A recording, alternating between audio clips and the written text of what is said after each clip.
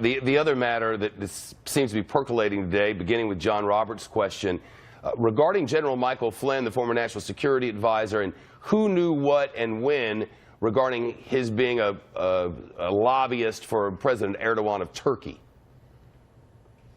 Yeah, it was interesting to watch Sean Spicer. He was trying to deflect this into a question of what the lawyer should have told him and that he was giving him the best legal advice and it was up to Flynn's lawyer. That precisely misses the point, and I suspect Sean knew that it missed the point, but he just didn't want to answer, because the real point is that let's assume that they didn't know that Michael Flynn was working as a foreign agent for Turkey at the time that he was, in effect, the top security advisor to the president during the campaign. Let's assume they didn't know it until the transition.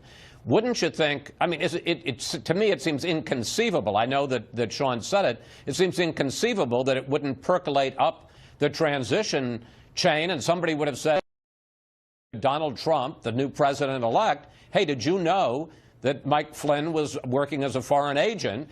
And one, if he didn't know, then why would you ever want him as a national security advisor? He's the guy that's advising you on foreign affairs. He was with him in the briefings that were held as a candidate with the CIA, and he has never told candidate Donald Trump that he's on the retainer, a $500,000 retainer from the government of Turkey. I find that very hard to believe, and that if he didn't know it in the campaign, he clearly, the transition was given the information during the transition, and you got to think that somebody told the president at that point, the president-elect, and why he would have named him as the national security advisor, it seems inconceivable. It was after the election that President Erdogan of Turkey, Chris, accused the United States of supporting ISIS.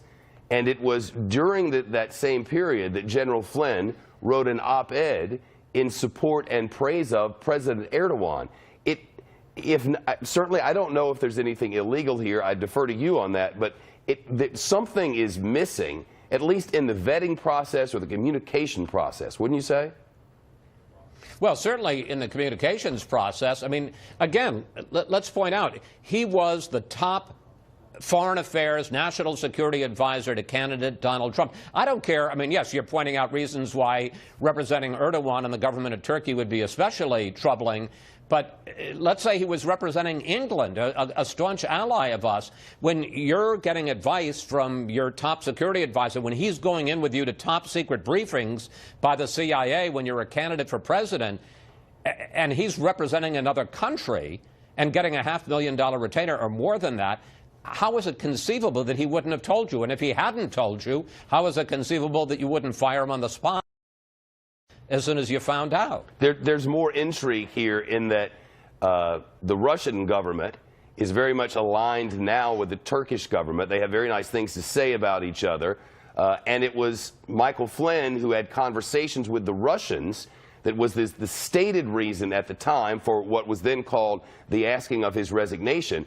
And with all of these different concerns within this White House, the people who are now, or were at least, close to the president, questions about Russia continue to come up.